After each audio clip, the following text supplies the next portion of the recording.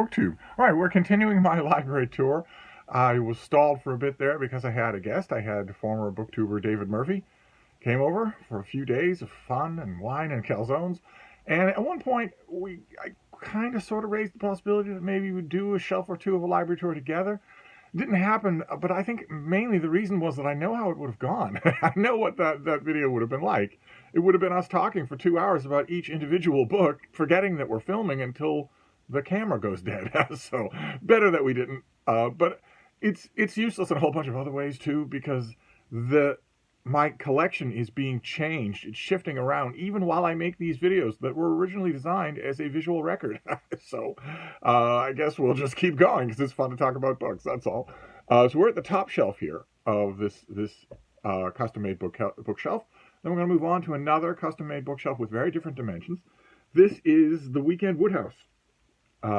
And just another, this is a Pimlico trade paperback, which I absolutely love. If you see Pimlico trade paperbacks at your thrift store, get them all and send them to me, or I will destroy you.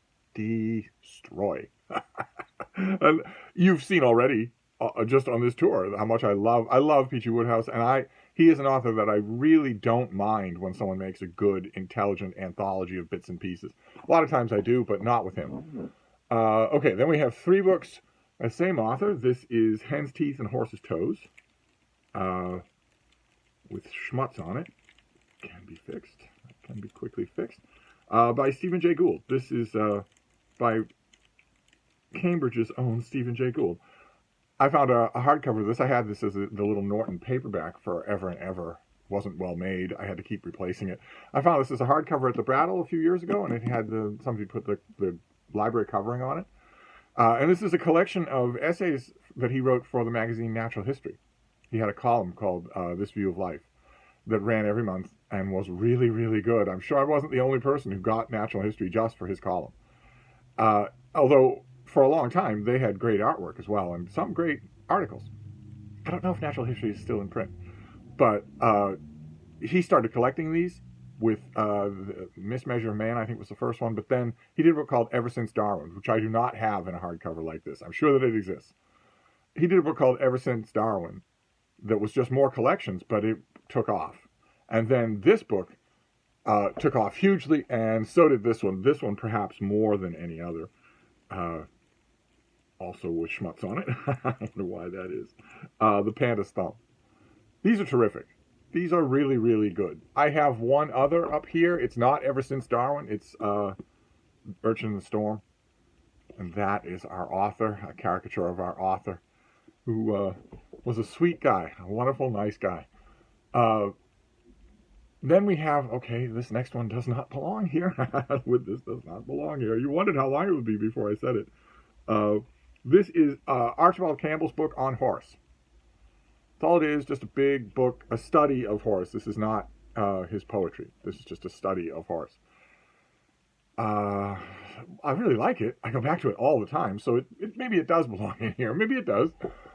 Okay, then we have a fantastic example of a kind of writing that is being celebrated by Mark at Book Time with Elvis and myself. Travel writing. We are doing S&M exploratory journeys, and this is travel writing of the very highest order. This is Barbara Grizzuti Harrison. This is her book Italian Days, which I often see in trade paperback, but when I saw this in hardcover, I grabbed it because I go back to this all the time. It's just beautifully done travel writing, just beautifully done. Smart, elusive, sardonic, just wonderful. Okay, great. Wow, this is a great old volume. I got this in 2015, so before we were talking to each other. And this is Boswell's London Journal, put together by the scholar Frederick Pottle. Do we have a picture of Frederick Pottle? No, we don't. He did a bunch of these. It's a fascinating literary story of his relationship with James Boswell. And he eventually made a little Pottle cottage industry out of Boswell. He came out with, I think, 10 books on Boswell, all drawn from Boswell's journals at different periods. So you have Boswell for the Defense, you have Boswell in Search of a Wife, you have Boswell, I think, in the Netherlands. And here you have the best volume of all of those. which is the journal that Boswell kept to himself, had no intent to publish at first, of his time in London as a younger man. And it is utterly wonderful. It is vivid, and it has very Pepysian style, brutal self-honesty. It's incredibly evocative. It's often funny. It can sometimes be gross. There was not a venereal disease known to science at the time that Boswell did not enthusiastically contract, and he had to live with all of them because there was no fixing or mediating most of them. So just be prepared. This is the mud and the gristle and the bone and the blood of Boswell's time. And the thing, I love this thing. Absolutely love this book. I love going back to it. I had a paperback forever and ever that I read to shreds. And the thing that always strikes me about this, every time I pick it up and decide I'm going to read a chunk of it or all of it, I don't mean to belittle Pottle. He is a great editor. He is the quintessential Boswell editor. I don't mean to belittle his efforts, but the thing that always strikes me when I read this book is that it could have been anybody. I always end up saying that sentence. It could have been anybody. It didn't need to be Samuel Johnson. It could have been anybody that became the subject of a 1,000-page biography of this author and became an absolute landmark of English letters. We know Boswell for his gigantic Life of Johnson, but it could have been anybody. It's Boswell who is the key to the magic here. He is such an amazingly entertaining writer. This will amazingly entertain you. We've encountered this many times in this library tour, where you will see an old book like this, or here's another one. Just you'll see something like this, maybe a little sun faded at a yard sale, and you will not think anything of it, and you are missing something you would really enjoy. You would really enjoy this if you can find like a paperback of it. Oh my, okay. And then we have these things.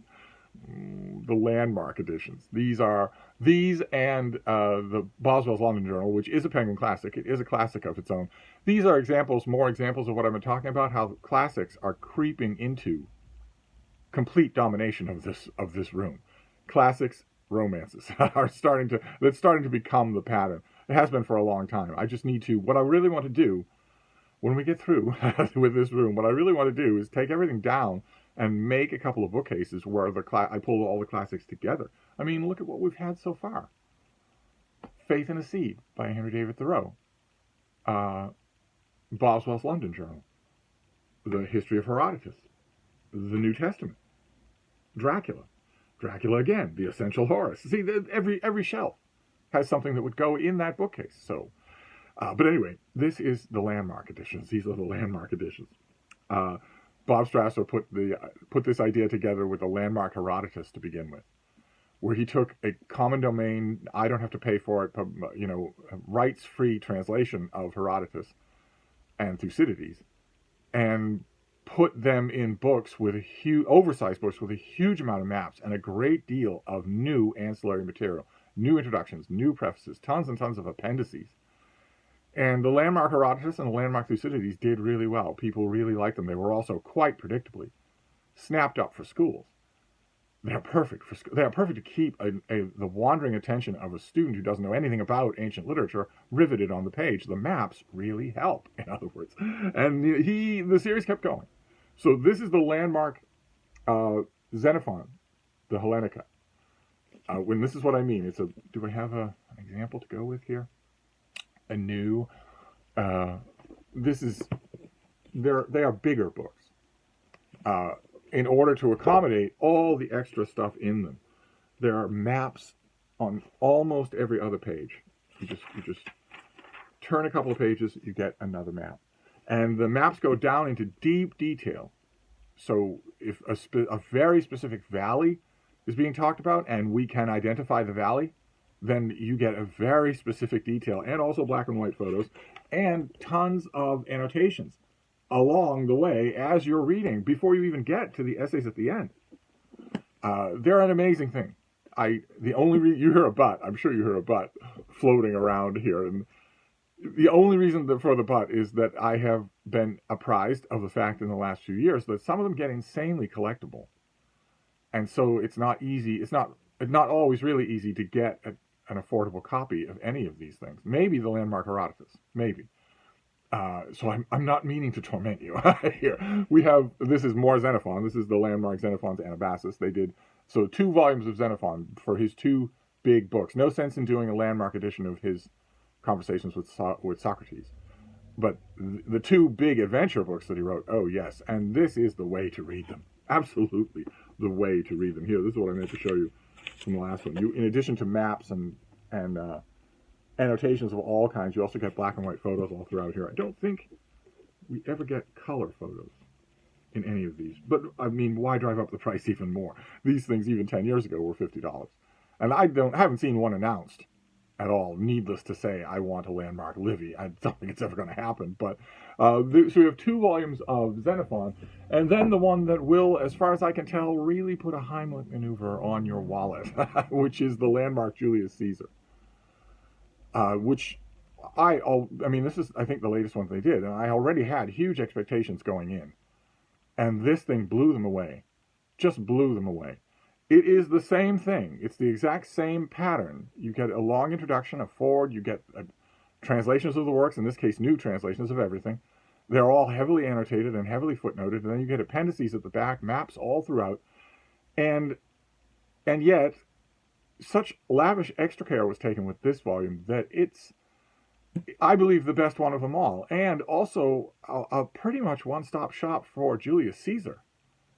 I was realizing that when I was reading this, and I've reread it a few times. I was realizing that it's not just that this is a great edition in the landmark series. It's that this is a great book about Julius Caesar. There's no actual biography of Caesar off somewhere that is going to be better than this. You see what I mean? And this is all the works too. It's it's an amazing volume. I just don't think it's cheap online. You should prepare yourself. I should look. Maybe that's changed, but I don't think any of those things are cheap online. If you were inclined, if you are at all inclined to read classical literature and you don't have the whole shelf of the landmark editions, you should. Somehow you should, because they are terrific, absolutely terrific. And that's it. That is that top shelf. Now I'm going to stay positioned like this and go down the next bookcase. So you're still going to see me reaching out a frame. I'm going to deal with the top shelf of the next bookcase rather than go down and start at the bottom. So we'll do that tomorrow, and I will see you then. Thank you, BookTube.